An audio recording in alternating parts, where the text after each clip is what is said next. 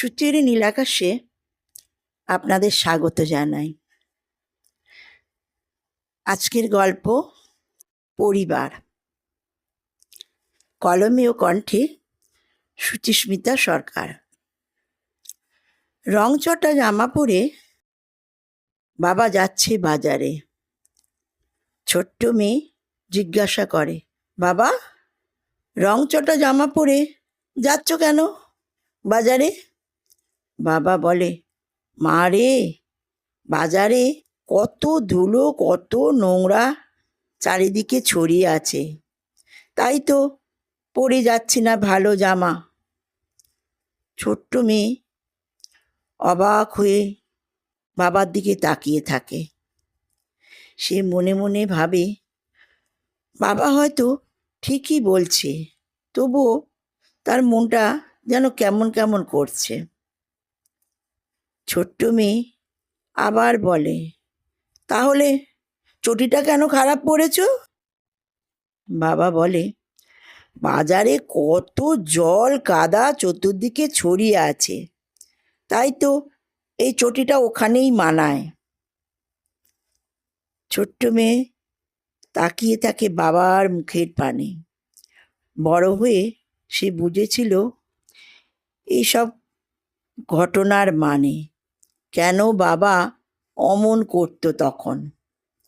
এখন সে এসব বুঝতে পারে, সব জানে। ছোট্ট মেয়ে দেখে মা সেলাই করে কাপড় পরছে। সে শুধায় মাকে, মা, সেলাই করে কেন শাড়ি পরছো? মা হেসে বলে, দূর বোকা, ছিঁড়েছে তো মোটে একটুখানি, তার জন্য কি এটাকে ফেলে দিতে হবে? ছোট্ট মেয়ে বসলো গিয়ে মায়ের কোলে। অবাক হয়ে তাকিয়ে থাকে মায়ের মুখের দিকে। চোখ দুটিতে অজস্র জিজ্ঞাসা তার ঘোরাফেরা করে। মা সবই বুঝতে পারে। তাই মা তাকে জিজ্ঞাসা করে, কি রে, অমন করে তাকিয়ে আছিস কেন আমার দিকে? তুই যখন বড় হবি বুঝবি এসব কেন করেছি, এসবের সব কিছুর মানে। বড় হয়ে বুঝেছিল একেই মা বলে। দৌড়ে এসে ছোট্ট ভাই একটা বাতাসা দিদির মুখে পুরে দিল। ছোট ভাই বলল, জানিস দিদি, পাড়ায় হরির লোড দিচ্ছিল, সেখান থেকে তোর জন্য একটা বাতাসা নিয়ে এলাম। ছোট্ট দিদির চোখ দুটোতে জল ভরে উঠল। ওই বয়সেই সে বুঝল যে এটাই হলো ভাইয়ের ভালোবাসা। একেই ভাইয়ের ভালোবাসা বলে। যখন মা বকে তখন লুকোই ঠাম্মার আঁচল তলে।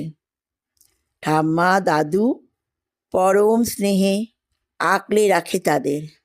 রাতে যখন বসে সবাই একসঙ্গে আহার করে, কত কথাই বলে একে অপরের সাথে। অবাক হয়ে ছোট্ট খুকু তাকিয়ে থাকে, কিন্তু কিছুই তার বোঝে না। সব কথার সে মানে, শুধু বুঝতো এরা সবাই আমার আপন, এরা সবাই আমার কাছের। বড় হয়ে সে বুঝেছিল এটাকেই হয়তো পরিবার বলে। ছোট্ট গল্প ভালো লাগলে সাবস্ক্রাইব অবশ্যই করবেন, লাইক করবেন, শেয়ার করবেন, আর বেল আইকনটা প্রেস করবেন, যাতে আমার গল্প পোস্ট করলে আপনারা পেয়ে যাবেন। আর কমেন্টটা কিন্তু করতে একদমই ভুলবেন না, কারণ আপনাদের এক একটা কমেন্ট আমার কাছে অনেক মূল্যবান। আমি সেই কমেন্টেই উদ্বুদ্ধ হই।